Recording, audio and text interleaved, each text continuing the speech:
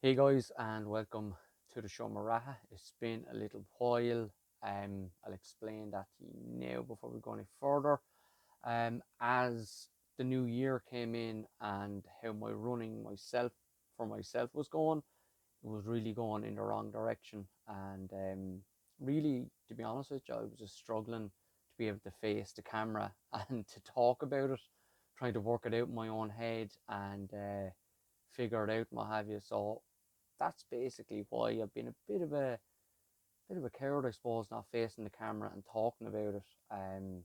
But here I am now, and I'm going to tell you exactly what happened. So after Christmas, I'd ran the 5 mile in Ferrycarrig, where I'd ran like 31:10, 31:11, something like that, just over 31 minutes, and actually hit my target. Was quite happy with how the race went, happy with how I finished the race, finished pretty strong. So I was quite confident with my target being the Dungarvan 10 mile at the beginning of February the 6th to be exact. So basically a month later was the race in Dungarvan.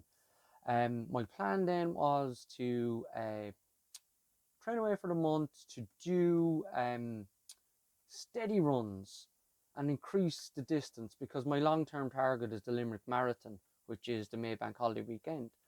And to do those steady runs every week and to do a long run every week. And then there was a couple of cross country races through the month of January.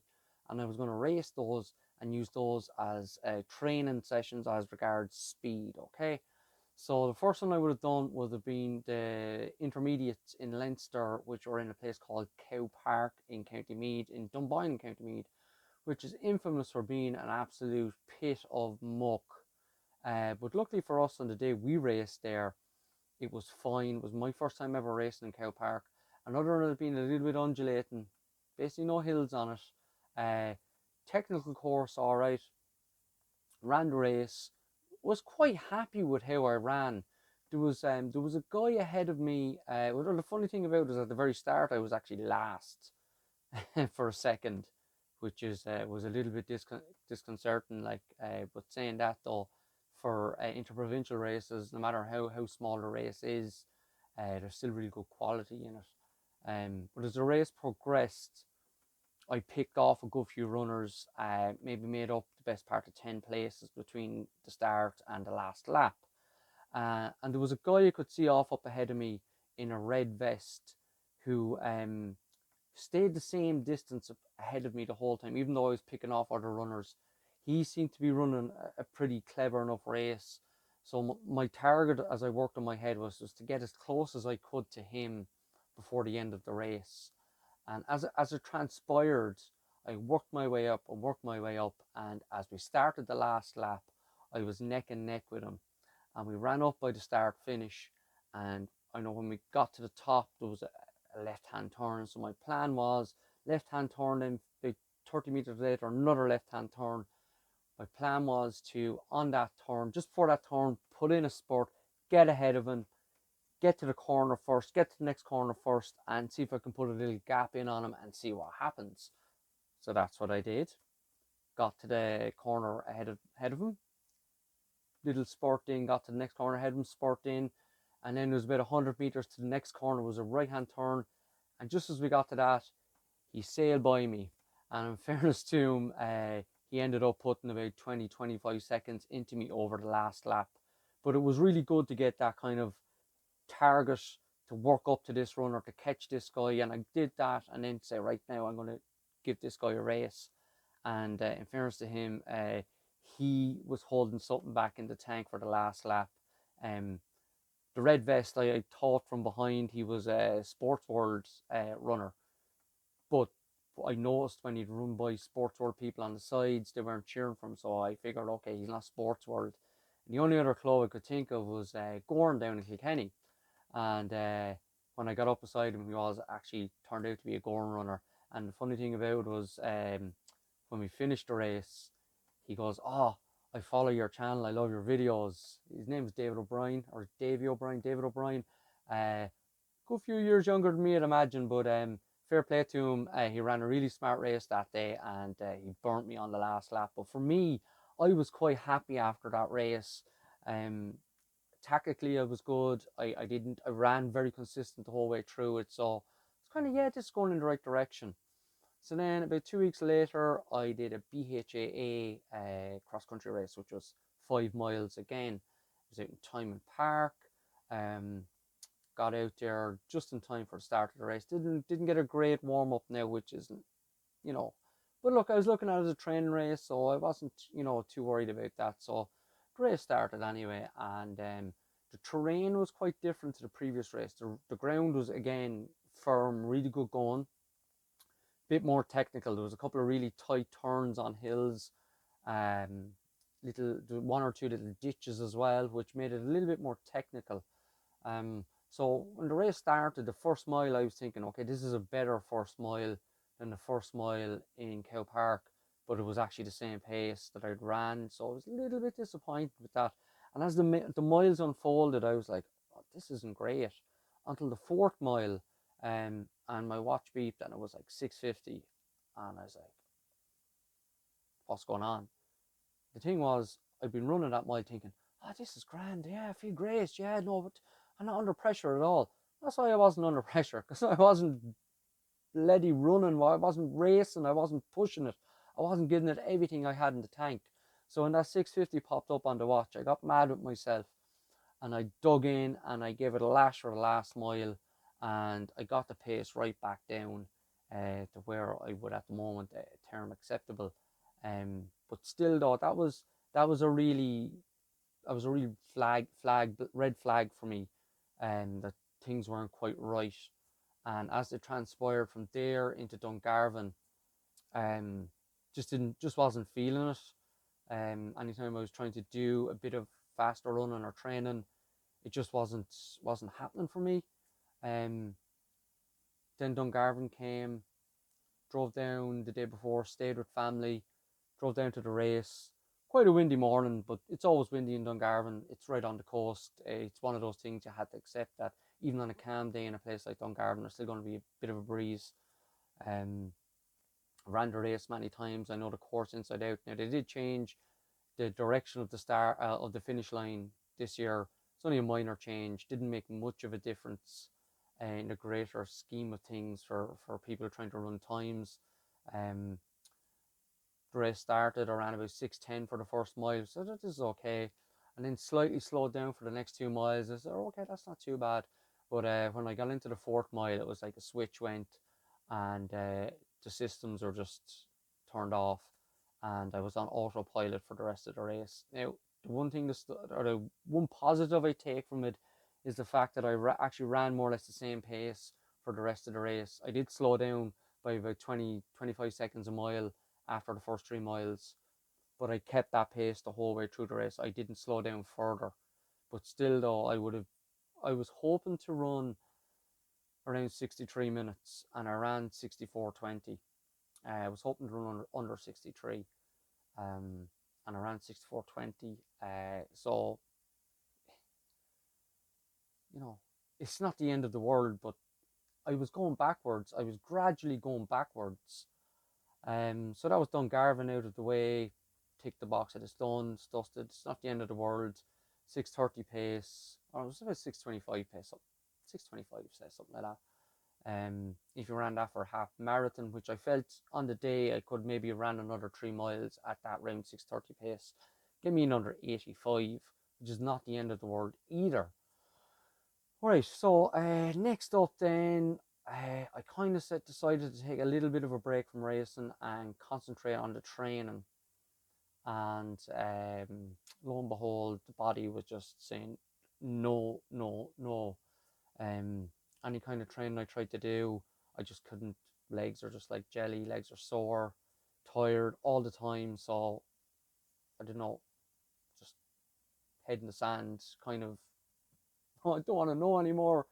Uh, was having trouble with my right glute, my right hamstring, and this had been going on for a good while. And over the couple of cross country races, and after running on Garvin, it kind of come to a head as well, in regards like driving. After about 30 minutes in the car, I'll be in really bad pain in my hamstring, the tightness and the soreness in it. So I said, right, this is the first thing I need to get sorted out. So I've been going to my therapist and getting dry needling done, basically on my backside, It started to make a difference. It's starting to feel better. Sitting in the car, sitting on the bus, sitting watching TV, it's noticeable. It's better. Getting up, get down, it's noticeable that it's better. And running wise, it's starting to feel a bit not as uncomfortable when I run now as well. It never stopped me running, but it was, your hamstring. It was hamstringing me because I wasn't able to run in comfort. So I suppose that played into part of why I wasn't able to race or train the way I wanted to. So I'm trying to get that sorted now. Um, but the last two weeks, stomach was just not great.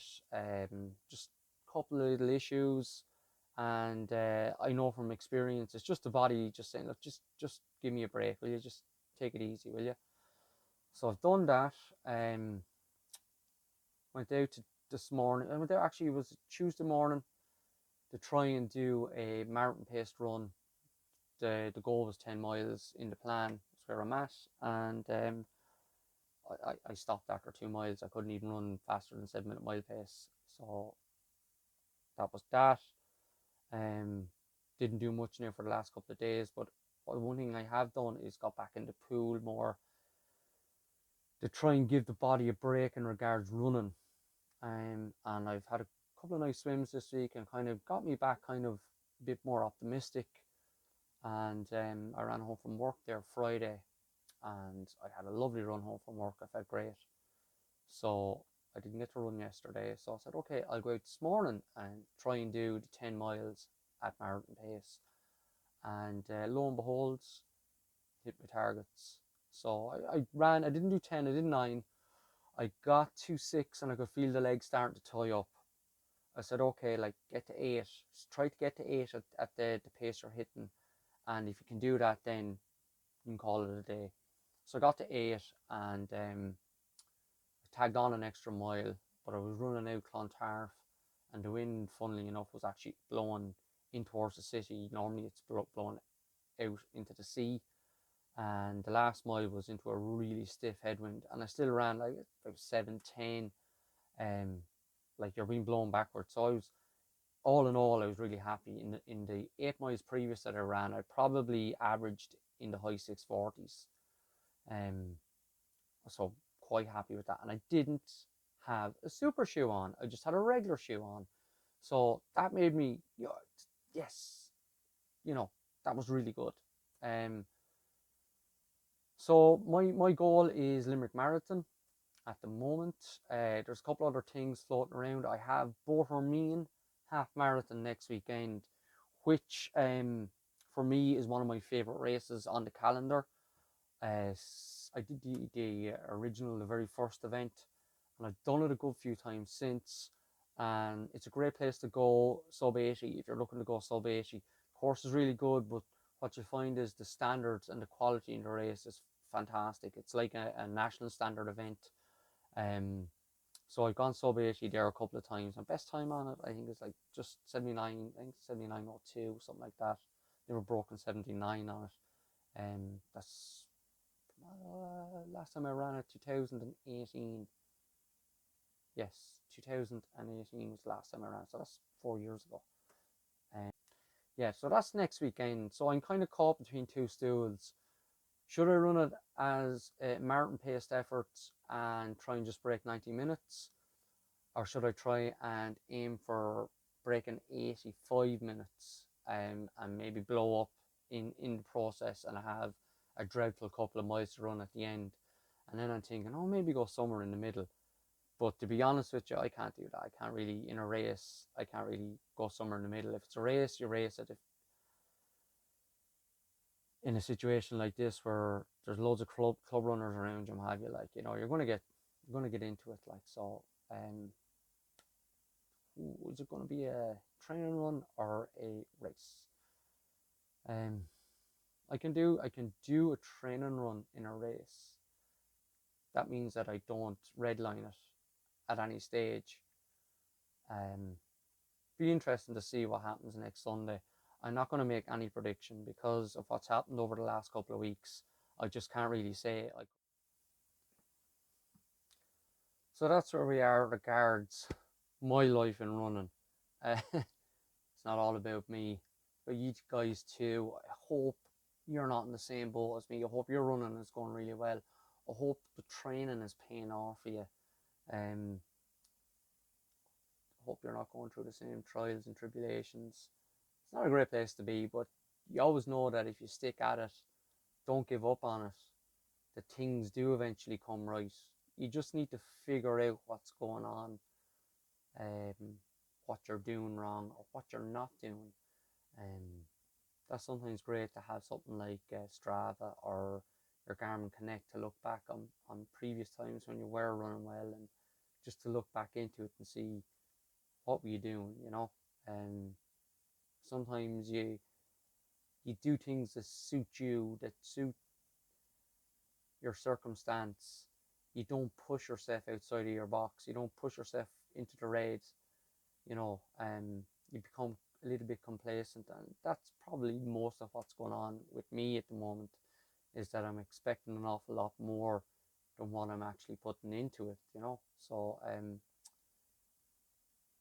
it's all relative. Um, thanks very much, guys, for tuning in. Thanks very much to all the new subscribers. It's great to see. It's really keeping me interested in doing what I'm doing. I'm hoping to get to some more big races coming up later in March. Um, hopefully getting to the Tumbine 10K, make a nice film of that for you guys. Yeah, just Dunboyne 10K, yes. I was thinking of Dunboyne 5 Mile as well. I hear that race is going ahead as well. A lot of BHA races going ahead. Lots of good stuff happening.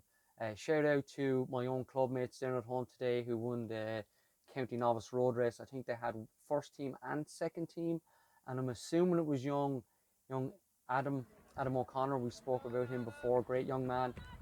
I'm assuming from the pictures that he was the overall winner, and if he was, well done, Adam. Congratulations. I'm delighted for you. Um, Loads to look forward to, guys. The spring is here and summer is coming, and COVID looks like is is gone. Seems to have vanished and disappeared into thin air. So loads of racing back on. The next thing now, please God, is the cup of tea and the sandwich after a race. That's the next thing to come back. When we have that back, we'll be back 100%. Until then, we're not fully back, but we're nearly there. So super to see. Thanks very much, guys. Take care and stay safe.